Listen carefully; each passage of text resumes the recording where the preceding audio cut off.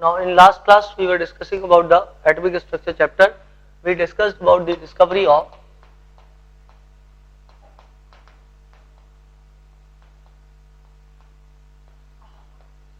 अब तक हम लोगों ने ये देखा कि डेल्टन ने एक थ्योरी दी थी और डेल्टन की थ्योरी जो है वो गलत प्रूव हुई क्योंकि एटम जो है वो डिविजिबल था।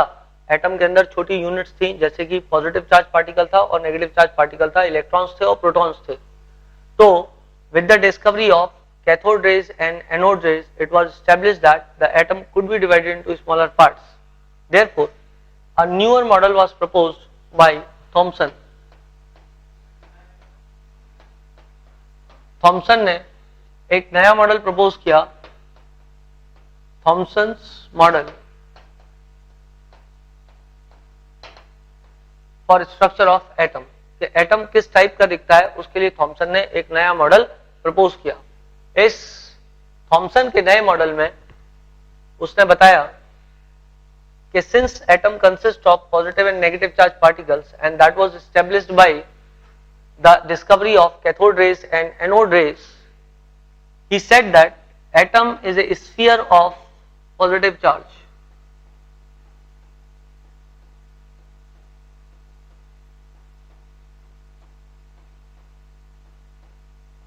Atom is a sphere of positive charge in which negative charge is embedded.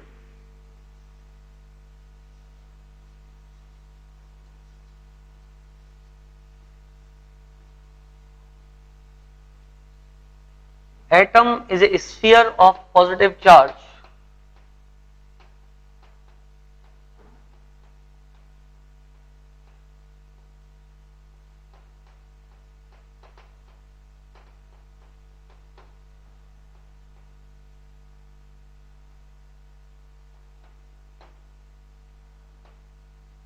in which negative charge is embedded, like seeds in a watermelon.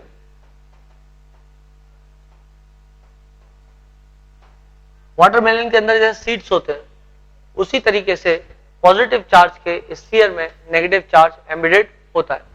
ये मॉडल उन्होंने क्यों दिया? ये मॉडल उन्होंने इसलिए दिया क्योंकि कैथोड रेस और एनोड रेस की डिस्कवरी के साथ ये बात समझ में आई थी कि एटम के अंदर पॉजिटिव और नेगेटिव चार्ज एम्बेडेड रहते हैं।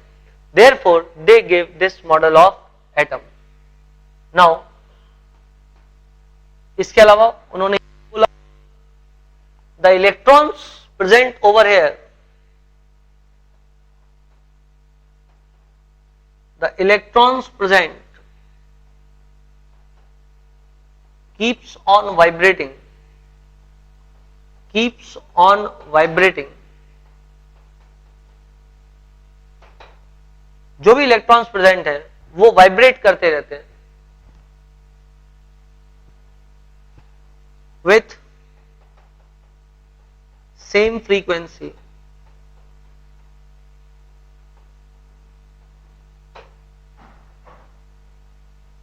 Therefore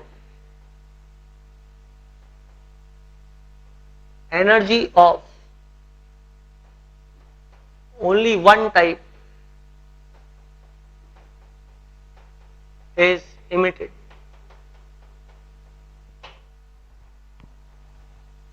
Now see, थॉमसन के मॉडल को रदरफोर्ड ने टेस्ट किया। रदरफोर्ड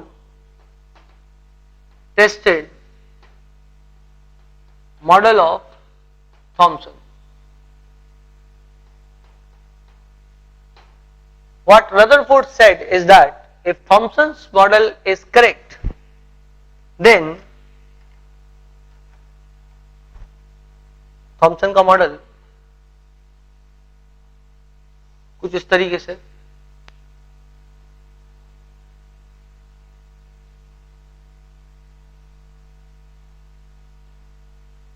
उसने बोला यदि थॉमसन का मॉडल करेक्ट है तो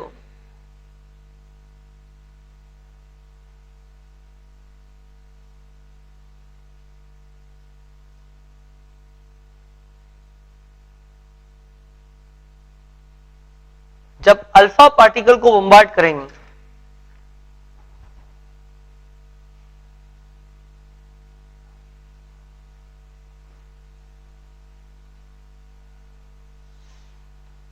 अल्फा पार्टिकल क्या होता है? Alpha particle is helium nucleus.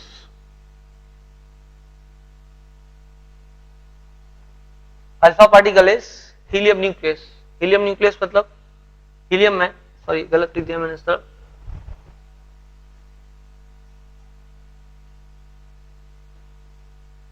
Helium में न्यूक्लियस के अंदर 2 प्रोटॉन और 2 न्यूट्रॉन रहते हैं, जबकि उसके फर्स्ट शेल में 2 इलेक्ट्रॉन रहते हैं। अब यदि मैं 2 इलेक्ट्रॉन यहां से आयोनाइज कर दूं, हटा दूं, तो बचेगा क्या? 2 प्रोटॉन और 2 न्यूट्रॉन। चूंकि यहां से 2 इलेक्ट्रॉन चले गए इसलिए इस पे 2 पॉजिटिव चार्ज आ जाएगा। Therefore, I will say that alpha particle is helium nucleus. अब अल्फा पार्टिकल जो है वो काफी ज्यादा भारी होता है when compared to a individual electron. एक प्रोटॉन का मास एक इलेक्ट्रॉन के मास से लगभग 2000 गुना भारी होता है।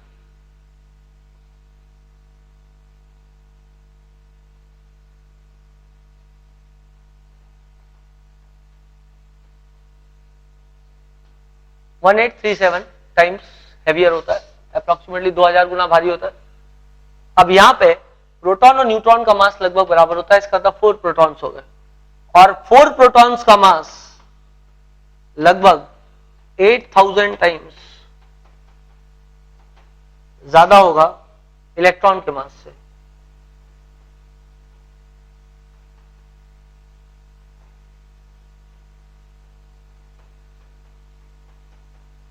समझो बेटा, रदरफोर्ड क्या कर रहा था? रदरफोर्ड इस मॉडल को टेस्ट कर रहा था, थॉमसन के मॉडल को। उसने क्या किया, 8000 गुना ज्यादा वजन वाला हीलियम न्यूक्लियस को बहुत स्पीड से, बहुत वेलोसिटी के साथ में एटम से क्रॉस करवाया। अब एक इंडिविजुअल एटम तो उसके पास था नहीं, एक इंडिविजुअल एटम कहीं से सेपरेट करता, तो उसने एक थिन गोल्ड फॉइल ली, उस थिन गोल्ड फॉइल से उसको पास किया। उसका बेसिक लॉजिक ये था कि मैं एटम से इस मास क्रॉस करूंगा, और यदि इसका मॉडल ये सही है तो निश्चित रूप से क्या है, सारे के सारे अल्फा पार्टिकल सीधे निकल जाने चाहिए, कोई भी अल्फा पार्टिकल डेविएट नहीं होना चाहिए। All alpha particles will pass straight. But हुआ क्या था कि सारे अल्फा पार्टिकल सीधे नहीं निकले थे, कुछ अल्फा पार्टिकल डेविएट हुए थे। इससे थॉमसन का मॉडल जो है वो डिस्प्रूव हो गया। क्यों डिस्प्रूव हो गया वो बात समझो। यदि बेटा 8000 गुना भारी पार्टिकल हैवी वेलोसिटी के, हाँ सर, अगर सारे अल्फा पार्टिकल्स पास ऑन हो जाते तो उससे सर क्या वो समझता कि थॉमसन के मॉडल को सही कहता? देखो, वही मैं तुमको समझाने की कोशिश कर रहा हूं। एक 8000 गुना ज्यादा भारी पार्टिकल यदि एटम को क्रॉस करेगा तो यहां पे प्रोटॉन का वजन और इलेक्ट्रॉन का वजन ऑलमोस्ट नेग्लिजिबल है या बहुत कम है। प्रोटॉन का वजन तो ठीक है 4 गुना कम है, यहां 1 प्रोटॉन का वजन पॉजिटिव चार्ज का वजन आएगा और यहां पर 4 प्रोटॉन का वजन। बट जब बहुत ज्यादा स्पीड के साथ में आप क्रॉस करोगे उसको, तो किसी भी रूप से जो है वो अल्फा पार्टिकल डेविएट नहीं होता, अल्फा पार्टिकल स्ट्रेट निकल जाता, क्योंकि आप एक बड़े मास की चीज को जब बहुत हैवी वेलोसिटी के साथ में मारोगे किसी सरफेस पे या किसी भी जगह पे आप क्रॉस करोगे, तो यदि उससे हल्का मास बीच में आया तो उसको उड़ा देगा और वो सीधा स्ट्रेट निकल जाएगा। पर कम से कम ऐसा तो कभी भी नहीं हो सकता कि वो उस कम मास की चीज से टकरा के वापस आ जाए। ये कुछ इस तरीके से कि आपने घोड़ा लिया है और एक हाथी लिया है, और हाथी को आपने बहुत जबरदस्त वेलोसिटी के साथ घोड़े पे मारा हो और हाथी जो है घोड़े से टकरा के वापस गिर जाए दूसरी तरफ, ये तो पॉसिबल नहीं। तो यदि मैं ये कहूं कि बीच में बहुत लेस मास वाली चीजें थी और बहुत हैवी मास की चीज को बहुत हाई वेलोसिटी के साथ इंसर्ट किया, तो एकदम सीधा निकल जाना चाहिए था, उसको डेविएट नहीं होना चाहिए था। I hope you have understood the thing. Now see, but experiment पे पता लगा कि कुछ चीजें, कुछ पार्टिकल्स डेविएट हुए थे, ये बात आश्चर्यजनक बात थी। इससे उसने क्या इन्फ्रेंस निकाला वो मैं आपको बताता हूं अभी, पर उससे पहले मैं रदरफोर्ड ने एक्सपेरिमेंट क्या किया था एग्जैक्टली वो आपको डिस्क्राइब करता हूं। पर एक बात तो प्रूव हो गई इससे कि थॉमसन का मॉडल जो था वो सही नहीं था। तो थॉमसन के मॉडल का जो ड्रॉबैक है वो ड्रॉबैक ये है, he could not explain the findings of Rutherford model. आप लिख लें इस बात को, drawback of Thomson's model, he could not explain the findings of, he could not explain the findings of Rutherford's model. He could not explain the finding of Rutherford's model.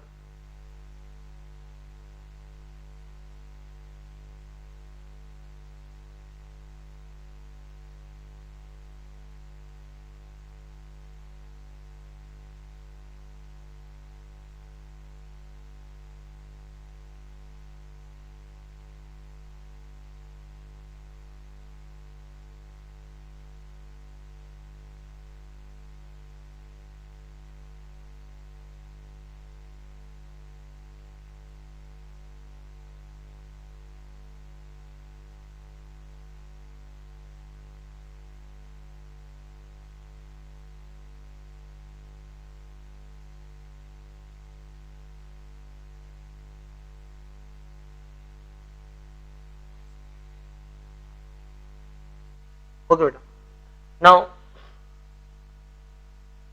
Rutherford ने जो experiment किया उसके लिए उसने एक source लिया, and this source क्या था, this was polonium, and it was source of what, it was source of alpha particle. Polonium is radio active in nature, it was source of alpha particle. फिर लिखेंगे polonium is radio active in nature, polonium radio active है nature में।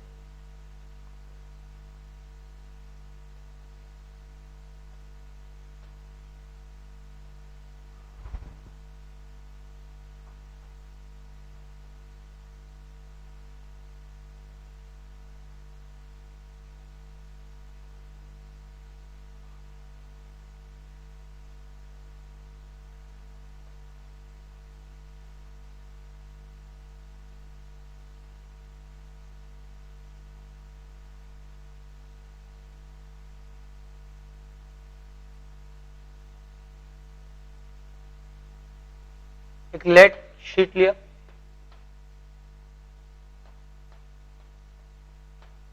जिसमें एक whole किया, जिससे कि ज्यादातर रेज, जो अल्फा पार्टिकल की रेज जनरेट होंगी, ज्यादातर रेज सीधी निकल जाए बिना स्कैटर हुए, क्योंकि पोलोनियम एक रेडियो एक्टिव पार्टिकल है, और रेडियो एक्टिव पार्टिकल है तो ऑब्वियसली आप ये नहीं चाहोगे कि ये रेडियो एक्टिव पार्टिकल जो है वो उस वातावरण में ज्यादा बिखरे जहां पर ये एक्सपेरिमेंट चल रहा हो। तो ऑब्वियसली आप क्या करते, एक beam of alpha particle generate करना था, तो एक beam of alpha particle generate किया,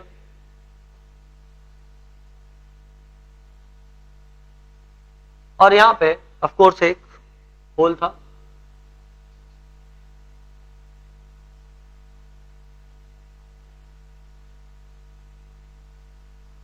इस होल के थ्रू अल्फा पार्टिकल्स जाते। So this was a beam of alpha particles.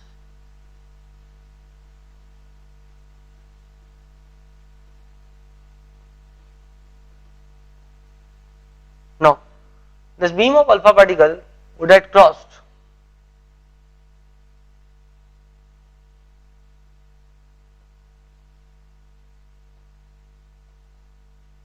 through what? इसके बाद उसने एक गोल्ड फॉइल लिया था, thin gold foil,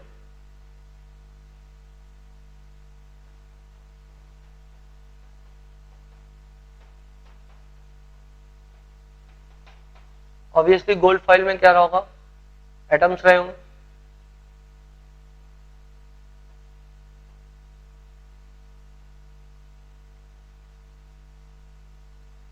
most of the alpha particle went straight, ज्यादातर अल्फा पार्टिकल जो है वो सीधे निकल गए थे.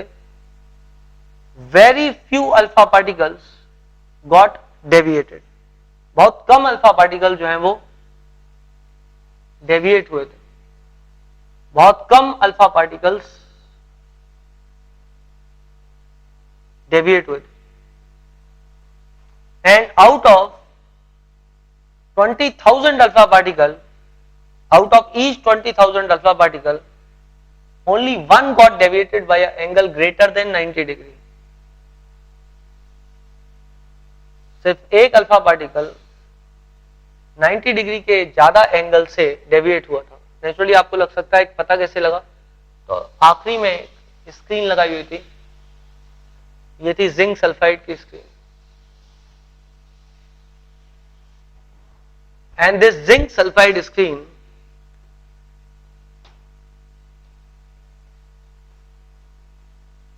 पर जितने एरिया में बेटा होल था उतने ही एरिया में अल्फा पार्टिकल को आना चाहिए था. मतलब ये इधर से यूं आता, सीधा निकल जाता, इधर आकर के इंसर्ट हो जाता इतने बड़े एरिया पे मान लो. बट जब अल्फा पार्टिकल उसके बाहर मिलेगा तो इसका मतलब नेचुरली निकलता कि अल्फा पार्टिकल डेविएट हुआ है, वरना इधर उधर मिल ही नहीं सकता. और ये जिंक सल्फाइड स्क्रीन पे अल्फा पार्टिकल का इंप्रेशन पड़ जाता था. जैसा कि कल आपने देखा था, जिंक सल्फाइड स्क्रीन पर इंप्रेशन पड़ जाता था किसका, प्रोटॉन का या फिर आयन का या इलेक्ट्रॉन का भी इंप्रेशन पड़ता था. तो ये भी काफी भारी पार्टिकल होगा हीलियम न्यूक्लियस, तो उसका भी इंप्रेशन पड़ेगा. और वो इंप्रेशन जब कहीं यहां आके पड़ता तो ये बहुत आश्चर्यजनक बात थी कि ये कैसे हो सकता है. ये तो तब तक नहीं हो सकता जब तक कि कोई बहुत हैवी रिपल्शन ना आया हो. बिना इस हैवी रिपल्शन के अल्फा पार्टिकल का 90 डिग्री से ज्यादा से डेविएट होना पॉसिबल नहीं था. ये बेटा एक डायग्राम है रदरफोर्ड मॉडल का. मैं एक और डायग्राम बनाता हूं क्योंकि इस डायग्राम में ये वाला पोर्शन बहुत छोटा बना हुआ है. तो आप ऐसा सपोज करें कि ये जो थिन गोल्ड फॉइल है,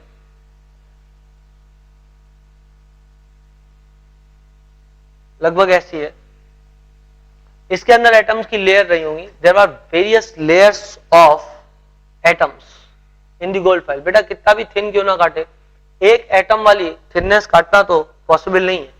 तो बहुत बहुत ज्यादा भी यदि थिन काटता तो भी कई परतें होती एटम्स की, मतलब एक परत उसके बाद एक और, इसके पीछे और एटम्स, उसके पीछे और एटम, उसके पीछे और एटम. पर मैंने क्या किया है, 3 एटम्स को एक साथ रख दिया है आइडियली आपको डायग्राम दिखाने के लिए. अब क्या हो रहा होगा,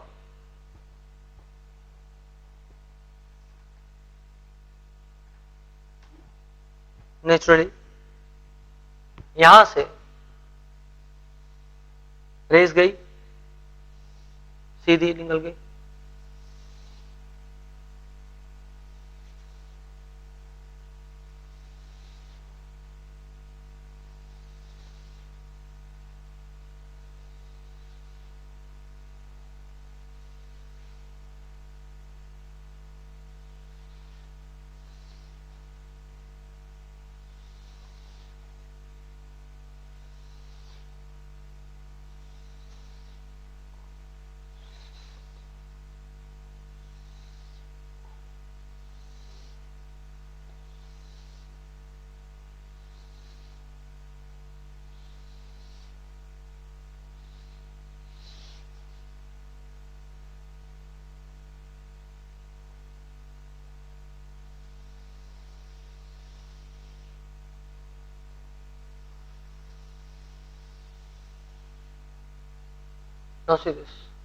अब मैंने एटम का साइज थोड़ा सा बड़ा कर दिया. तो आप देखें ज्यादातर जो अल्फा पार्टिकल है वो स्ट्रेट क्रॉस कर रहे हैं, only few of them will get actually deviated. So that was basically the model of Thompson.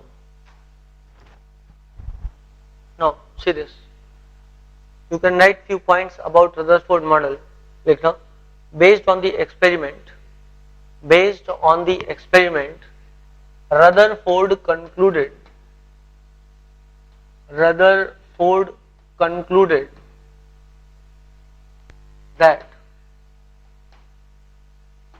number 1, most of the atom is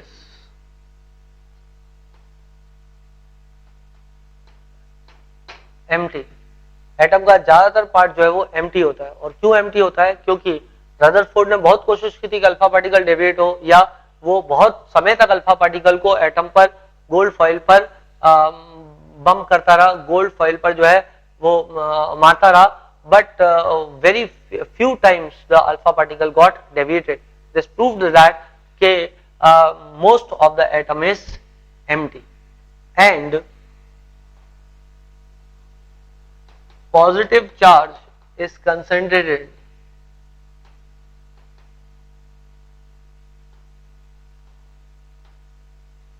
in very small area, and positive charge is concentrated in very small area, और positive charge concentrate रहेगा बहुत छोटे area में, and positive charge is concentrated in very small area. Positive charge बहुत छोटे area में concentrated रहेगा। Most of the atom is empty and positive charge is concentrated in very small area. Now second point समझे।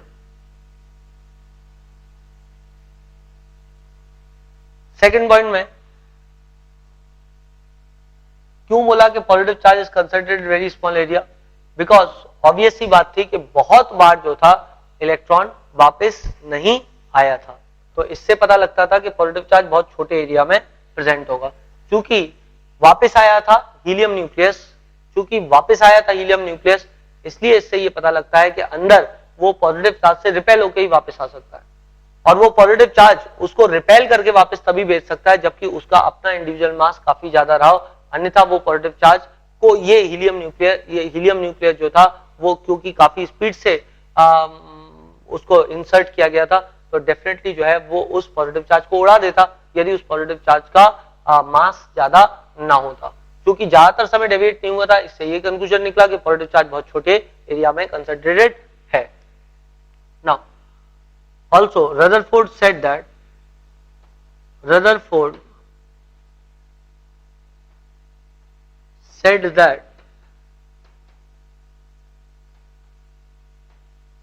electrons keeps on revolving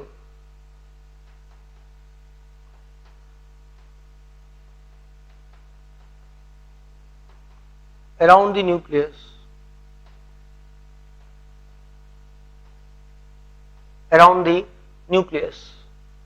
Now see this बेटा, जब कोई charge particle किसी दूसरे चार्ज पार्टिकल के चारों तरफ घूमेगा, ऑब्वियस सी बात है इनके बीच में अट्रैक्शन होगा, और जो इनवर्ड डायरेक्टेड फोर्स होगा that force will be called as centripetal force. जबकि एक आउटवर्ड डायरेक्टेड फोर्स होगा, क्योंकि ये रिवॉल्व कर रहा है स्पीशीज, ऐसे जैसे आप अपने हाथ में एक बाल्टी ले लो रस्सी से बांध के और उसको यूं घुमाओ, और उसको यूं घुमा के यदि आप छोड़ दोगे तो बाल्टी क्या होगा, काफी दूर की ओर जाके गिरेगी। That force is centrifugal force. So this force was centrifugal force, और ये centrifugal force was equal to mv square upon r, and centripetal force was given by k Ze square upon r square. Now see this, I'll explain this to you.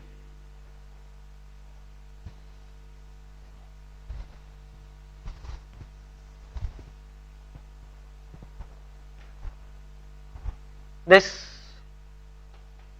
force is k Ze square upon r square, where k is constant,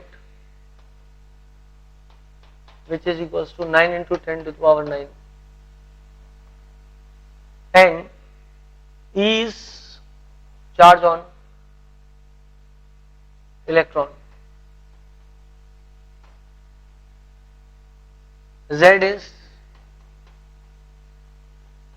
atomic number, and of course R is radius. So it is kZe square upon r square.